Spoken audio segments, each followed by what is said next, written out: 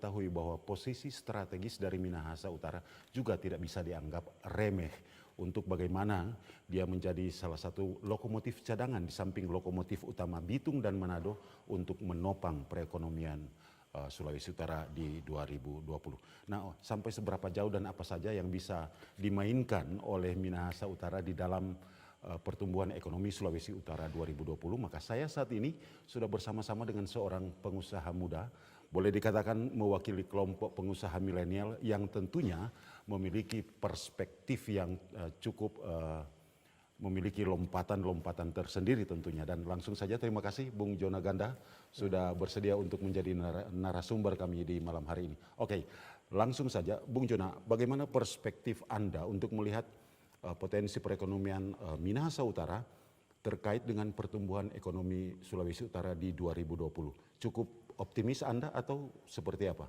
Oke, jadi pertama saya ingin menyampaikan bahwa letak strategis Minahasa Utara ini akan merupakan lokomotif utama justru pertumbuhan Jadi ekonomi akan di Sulawesi mengganti Utara. Bitung dengan Kota Manado. Jadi pertumbuhan ekonomi di Kota Manado dan pertumbuhan ekonomi di Kota Bitung itu sekarang ini sudah running up.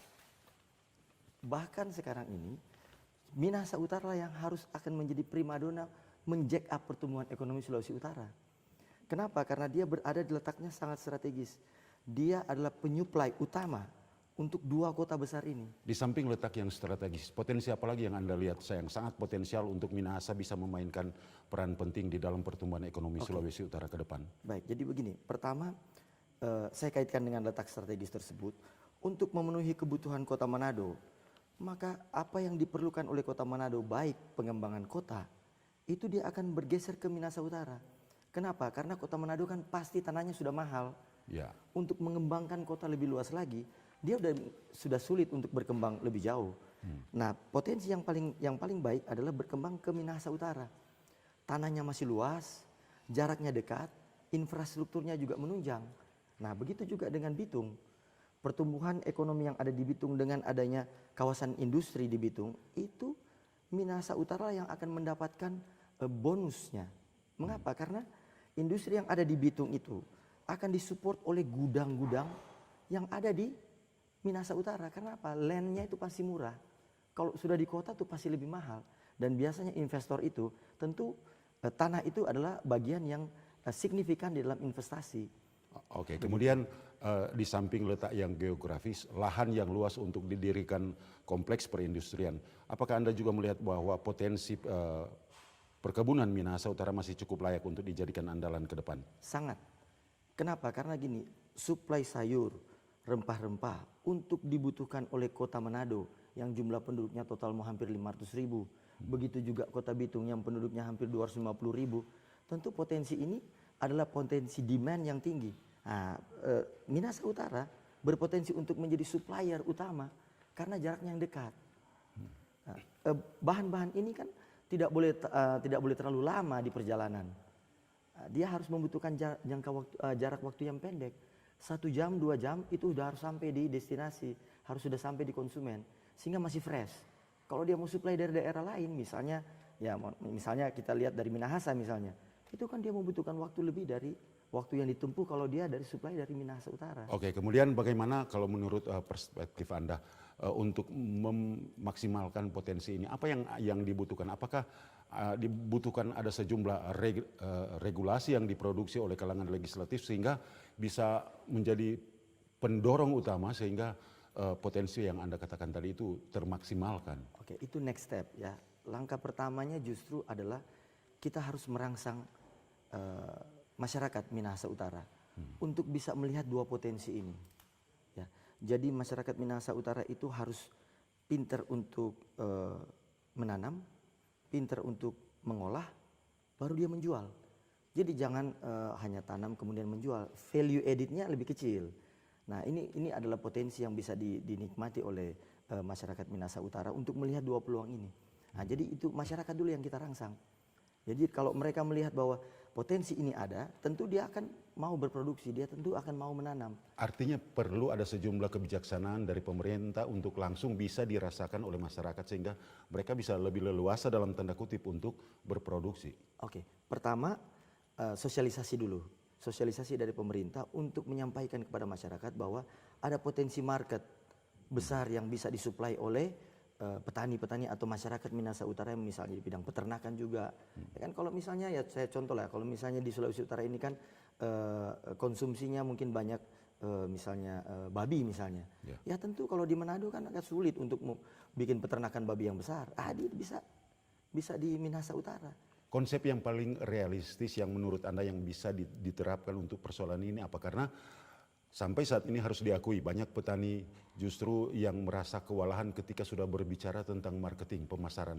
Sehingga terkadang mereka bingung mau dilempar ke pasar yang mana produksi-produksi mereka. Sehingga pada akhirnya tertimbun di tangan mereka sendiri dan pada akhirnya jadi mubazir. Seperti produk jagung yang beberapa waktu lalu sempat booming dan mungkin juga produk buah-buahan di wilayah Likupang yang minut juga cukup potensial untuk itu. Pada saatnya nanti kalau marketingnya, pemasarannya tidak diatur dengan strategi yang tepat, pasti akan mencapai pada titik yang seperti saya katakan tadi, akan tercipta kejenuhan pasar sehingga petani akan putus asa. Anda memiliki strategi untuk masalah ini? Jadi begini, kalau tadi disinggung masalah jagung, memang begini, jagung ini sebenarnya Indonesia sendiri masih impor, ya, sehingga kan kita harus memilah apa masalahnya. Ya tentu yang saya lihat adalah buyernya, pembelinya. Nah sekarang kita harus menjembatani. Sebagai investor, saya beberapa kali ketemu dengan pembeli jagung yang skalanya skala besar. Nah, kita bisa ajak mereka bekerja sama. Kita ajak mereka untuk bisa betul-betul melihat dan menjamin, menggaranti bahwa jagung yang ditanam itu mereka pasti beli. Nah, kita libatkan mereka dalam prosesnya. Misalnya, kita libatkan mereka untuk menyiapkan bibitnya. Kemudian kita libatkan mereka juga untuk menyiapkan pupuknya. Karena dua ini adalah yang paling penting. Sedangkan masyarakat kan punya tanah. Nah kalau dua ini sudah disupport oleh company itu, maka petani ini akan dengan semangat untuk dia berani nanam. Tapi kemudian kehadiran pemerintah untuk tetap eksis menjaga masalah pemasaran dari produk-produk petani, Anda juga menganggap itu penting? Oh, sangat penting. Jadi begini, pemerintah ini kan harus proaktif. Dia harus proaktif. Dia harus mampu menjembatani antara masyarakat yang berproduksi dengan buyer yang akan membeli. Tentu dia bisa memberikan insentif-insentif gitu, misalnya kan ada program bantuan dari pemerintah untuk peralatan. Biasanya kalau buyer itu dia tidak mau invest sampai ke peralatan pertanian. Nah sehingga ini harus diinjek, harus diinsentif oleh pemerintah daerah misalnya ya. Saya dengar ada program di pemerintah daerah untuk menyiapkan peralatan pertanian, membantu masyarakat di dalam bertani. Jadi ke depan Anda ingin sebenarnya berkata bahwa kalau ingin menggarap potensi dari para petani itu bukan cuma persoalan bagaimana teknik menanam, bagaimana pupuk, bagaimana berbicara tentang bibit yang cukup berkualitas, tetapi harus sampai ke jaminan pemasaran. Betul, karena kuncinya di situ. Seperti tadi yang disampaikan bahwa kalau masyarakat atau petani sudah tanam, kemudian dia panen raya, rata-rata dia sulit menjual dengan harga yang bagus. Nah disinilah peranan pemerintah. Ya kan dia harus mampu mengatur. Kan kalau panen raya itu kan kalau kayak jagung kan kita udah tahu periodenya berapa bulan baru panen, 3 bulan, ada yang 4 bulan. Dan kalau secara sekaligus seluruh wilayah Minahasa panen raya itu akan betul-betul akan sesuatu yang negatif. Tidak juga bisa dihitung karena kan kita masih impor. Oh ya. Kita masih impor, makanya perlu dijembatani. Yang menjadi faktor penyebab hasil produksi itu tidak laku kan cuma masalah harga. Jadi intinya Bung Jona, Anda masih sangat yakin dengan potensi pertanian dan perkebunan di Minahasa Utara ke depan? Justru itu akan menjadi faktor utama. Itu hasil pertanian yang ada di Minahasa Utara itu merupakan potensi yang sangat besar ke depan. Oke, kemudian bagaimana Anda melihat dengan potensi perikanan laut? Dan juga kita tidak bicara perikanan darat tapi wilayah laut dulu karena saya melihat dengan data yang ada, garis pantai yang dimiliki Minahasa Utara cukup panjang, lumayan panjang. Dan di situ banyak masyarakat Minahasa Utara juga menggantungkan hidupnya. Masalah apa sebenarnya yang dihadapi para nelayan tradisional sehingga mungkin Anda melihat apa yang dinikmati oleh nelayan tradisional saat ini belum begitu maksimal? Oke, jadi memang ada beberapa persoalan yang kalau saya lihat terjadi di Minahasa Utara. Pertama, infrastruktur untuk menunjang industri perikanan ini, perikanan laut terutama ya. Jadi pelabuhan laut misalnya yang bisa nelayan itu landing ya, membawa hasil lautnya, tangkapannya dari laut tangkapan. sampai ke Karena darat. kalau produk ikan ini itu sangat rentan dengan waktu tangkap sampai ke konsumen. Kalau dia terlalu lama, ikannya rusak, tidak ada harga lagi. Apakah di samping pelabuhan pendaratan juga dibutuhkan mungkin ada bangunan cold storage yang cukup representatif sehingga jadi stepnya begini. Pertama mulai dari alat pancingnya dia. Kalau kita mau berbicara tentang kualitas dan kuantitas hasil produksi. Jadi alat pancing ini harus didukung oleh pemerintah. jadi harusnya nelayan dapat bantuan dong, kredit seperti itu. Saya rasa di beberapa penelitian dari universitas kita yang ada di Sulawesi Utara ini, mereka banyak penelitian tentang bagaimana teknologi menggunakan alat pancing yang tepat untuk bisa mendapatkan hasil yang maksimal. Itu Jadi satu dulu. persoalan teknologi yang tinggi mungkin Itu tergantung dengan modal juga, Bung Diana ya. Begini, kalau modal nelayan itu kan sebenarnya hanya perahu dan genset dan bahan bakar. Ya, dia kan kalau untuk bahan bakar dia pergi melaut itu kan yang menjadi faktor cost-nya yang tinggi. Sehingga di beberapa negara yang sudah mulai menerapkan teknologi solar cell untuk nelayan pergi ke laut itu bisa mereduce cost dia.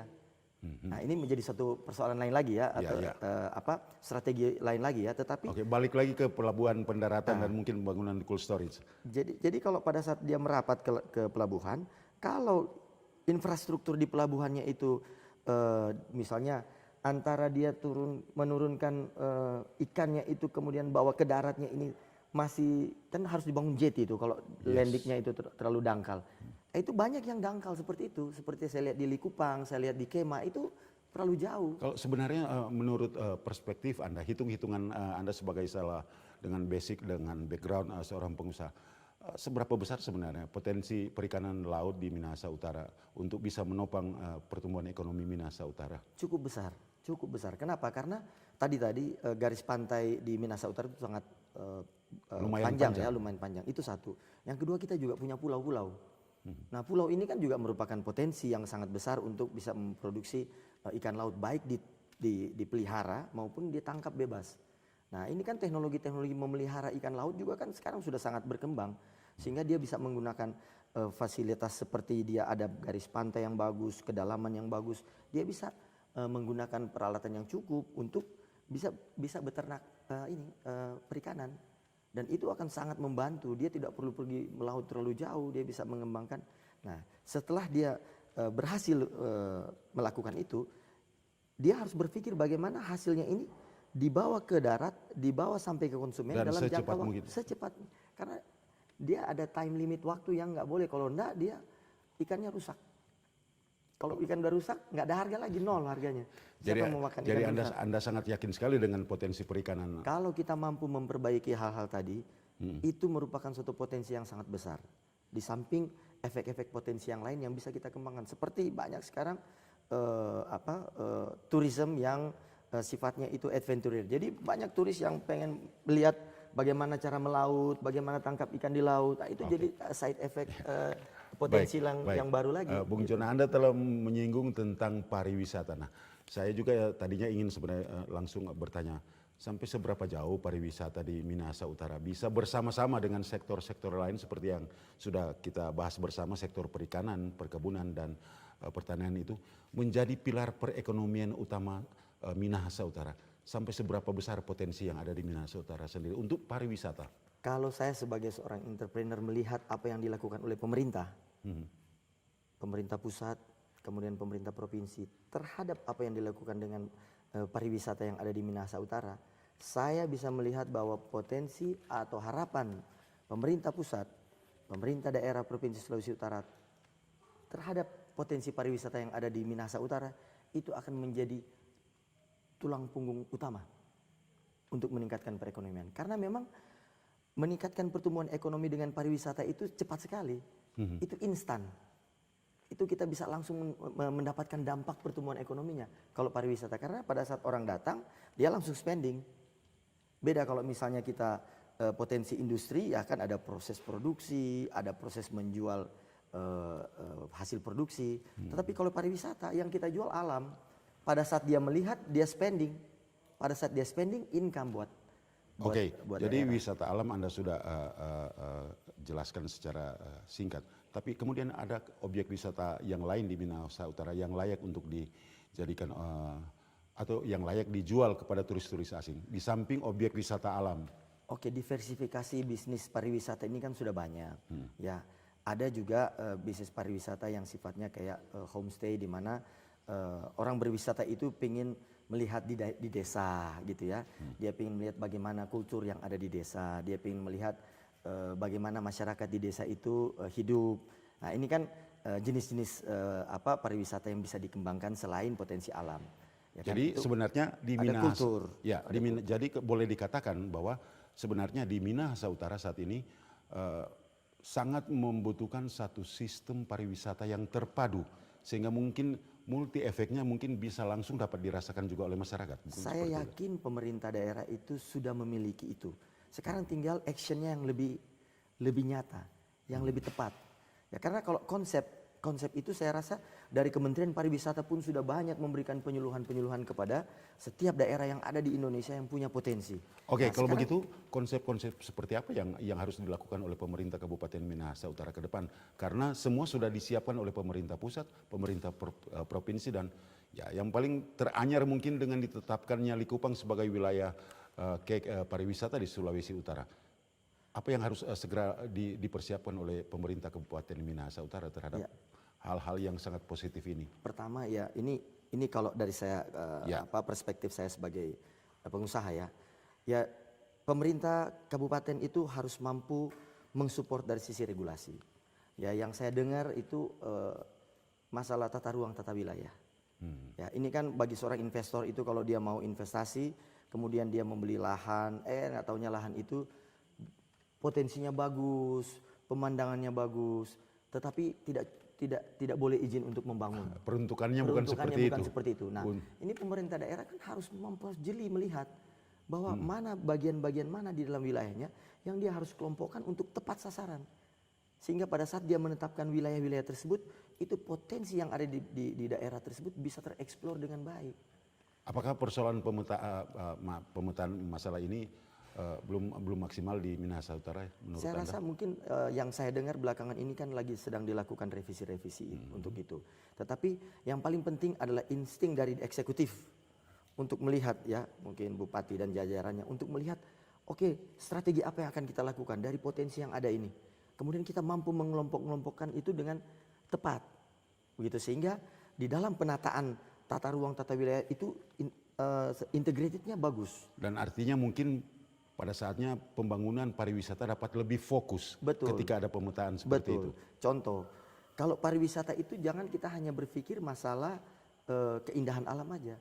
Supporting rumah sakit, transportasi, perbankan, jaringan internet, jaringan telepon, jaringan listrik, itu semua harus disupport oleh pemerintah. Karena apa? Ya alam yang bagus kalau tidak didukung dengan supportingnya tadi, misalnya begini, orang itu kalau mau pergi pariwisata, kalau dia pergi ke suatu tempat, dia juga pengen tahu apakah di tempat itu ada rumah sakitnya tidak. Karena kalau terjadi apa-apa kan, Artinya jaminan bagi yang betul, bersangkutan itu untuk harus integrated, dia harus itu salah satu yang harus integrated. Tapi apakah Anda juga melihat bahwa peran dari UMKM ya, yang bergerak di bidang industri pariwisata itu juga penting untuk digarap karena ini supaya masyarakat juga bisa dapat menikmati nilai tambah dari sektor pariwisata yang sangat dipush oleh pemerintah pusat, pemerintah provinsi dan pemerintah Kabupaten Minahasa Utara. memang itu biasanya di dalam sektor pariwisata itu menjadi satu hal yang harus ada. Ya. Tetapi kalau saya secara pribadi nih, ini saya secara pribadi itu gimmick. Bagi saya begini, orang berwisata itu memang harus ada yang misalnya kalau dia datang ke Minahasa Utara, oh ya saya mau beli ini yang menjadi ciri khas dari Minahasa Utara. Tetapi ini harus ada butuh proses. Ya kan kita harus mampu menggali kultur apa yang bisa kita jual untuk bisa kita jadikan souvenir. Apakah itu cukup tepat bersaing dengan souvenir-souvenir yang ada di tempat pariwisata lain dan apakah itu modelnya tepat. Nah, itu harus di-create. Tetapi yang paling utama orang datang itu kan bukan untuk beli oleh-oleh. Ya, betul. Orang datang itu untuk dia melihat apa yang ada di sini. Nah, oleh-oleh ini hanya pelengkapnya saja. Sehingga jangan terfokus, wah ini memang itu integrated. Tetapi yang harus diolah lebih dulu adalah daya tarik dari potensi yang ada di daerah tersebut atau kayak di Minahasa ini. Kemudian kalau menurut Anda, kebijaksanaan apa yang perlu dilakukan oleh pemerintah Kabupaten Minahasa Utara untuk mendirect, untuk merubah mindset masyarakat yang ada di lokasi-lokasi pariwisata itu memang sehingga benar-benar dalam waktu singkat bisa langsung sadar wisata itu loh. Ini mungkin yang saya lihat juga salah satu hal penting yang sangat memegang peran penting untuk pertumbuhan sektor perindustrian ke depan. Pertama, pemerintah kabupaten itu harus intens untuk sosialisasi. Bahwa disampaikan ke masyarakat, industri pariwisata ini dapat membuat mereka meningkatkan kualitas hidup dengan kesejahteraannya mereka. Nah, jadi kalau itu menjadi concern dari pemerintah kabupaten dan disampaikan kepada masyarakat, ya tentu masyarakat melihat bahwa ini adalah tempat mata pencariannya mereka. Baik. Begitu. Oke, baik. Terima kasih Bung Jona. Ya. Tapi ada sedikit terlupakan tadi dari dialog atau percakapan kita. Bagaimana dengan sektor perkebunan Minahasa Utara? Kelapa, cengkih, dan kopra masih cukup menjanjikan menurut Anda? Saya pribadi ya, saya melihat semua potensi itu, baik kelapa, cengkeh, maupun vanili mungkin ya, yang menjadi primadona dari potensi yang ada di Sulawesi Utara itu, terutama di Minahasa Utara, tetap masih berpotensi. Kenapa? Saya lihat di beberapa negara lain, itu produksi kelapa itu kalau kita kan sekarang hanya bikin kopra, kita harus berpikir diversifikasi produknya. Produksi turunan dari bahan kelapa. Diversifikasi produknya. Ya. Kita harus menghitung. Barangkali kalau misalnya kita bikin kopra, ongkos produksinya terlalu tinggi. Kita kalah bersaing dengan negara-negara lain. Atau kita kalah bersaing dengan hasil minyak kelapa dari kelapa sawit. Oke, karena kosnya rendah. Kalau kemudian Bung Jona, pemerintah sudah berusaha mendatangkan investor, tapi kemudian investor mungkin jadi agak sedikit mundur. Nah, apa yang harus dilakukan oleh pemerintah untuk masalah diversifikasi produksi dari turunan kelapa ini sehingga bisa mampu menjadi jawaban singkat untuk harga kopra yang selalu berada di bawah? Saya pernah mendengar dan melihat hasil produksi yang waktu itu di program ODSK itu adalah produk minyak kelapa dari hasil proses tetapi tidak melalui kopra. Jadi kelapa langsung. Nah, itu akan mereduce cost. Kan kalau kopra itu kan dari setelah petik, kemudian dikupas, kemudian dibelah, kemudian diasap, ya kan? Ongkos tenaga kerja lumayan banyak. Terlalu besar. Nah, ini hanya dari kelapa, langsung proses. Nah, jadi ada beberapa tahapan-tahapan yang di-reduce cost-nya, yang dipotong proses produksinya, sehingga cost of produksinya mudah-mudahan bisa bersaing. Dan kita harus mempublikasikan bahwa hasil ini itu dari sisi kesehatannya bisa lebih baik. Nah, ini yang diangkat. Barangkali ini kan bisa diminati oleh orang-orang yang memiliki penghasilan yang lebih tinggi atau kalangan-kalangan the have. Oke. Gitu. Baik, Bung Jona, di bagian terakhir dari percakapan kita mungkin masih ada hal-hal yang terlewatkan yang perlu mungkin Anda share dengan penonton sehingga penonton semua tetap optimis bahwa perekonomian Sulawesi Utara di 2020 tetap oke. Saya sangat optimis dengan potensi yang ada, terutama di Minahasa Utara ya, yang menurut saya secara pribadi akan menjadi motor penggerak utama pertumbuhan ekonomi di Sulawesi Utara. Mengapa? Karena kek pariwisata yang ada di Bilikupang aja itu anggarannya 7,1 triliun. Jadi harusnya Manado dan Bitung juga harus bersiap-siap ya, mau disaingi Minahasa Utara. Ya tentu, tetapi begini, saya tambahkan sedikit. Ini kan Sulawesi Utara ini kan akan dijadikan salah satu kota metropolitan di luar Pulau Jawa yang menjadi target dari pemerintah pusat. Nah, kota metropolitan itu kalau yang saya tahu penduduknya itu minimal 1 juta. Jadi artinya 3 wilayah ini sangat berpotensi untuk disatukan untuk wilayah metropolitan. Iya, satu potensi. Nah, oleh karena itu Minahasa Utara ini menjadi sangat strategis. Sangat strategis. Dan ketika wilayah metropolitan ini tercipta, maka perannya dalam pertumbuhan ekonomi Indonesia Timur bagian utara tentu sangat besar. Pada saat kita dijadikan kota metropolitan, maka semua orang baik yang ada di daerah-daerah lain di Indonesia itu akan melirik Sulawesi Utara. Oke, baik. Terima kasih Bung Jona. Sangat menarik dan penuh dengan gagasan dan ide-ide brilian apa yang sudah Anda sampaikan tadi. Dan sekali lagi kami ucapkan terima kasih untuk waktu yang sudah diberikan oleh Anda. Sama-sama. Dan pemirsa, demikian percakapan kami dengan salah satu pengusaha sukses Minahasa Utara. Pengusaha muda mewakili kelompok milenial yang memiliki gagasan-gagasan brilian. Sekali lagi terima kasih dan sampai jumpa di lain kesempatan.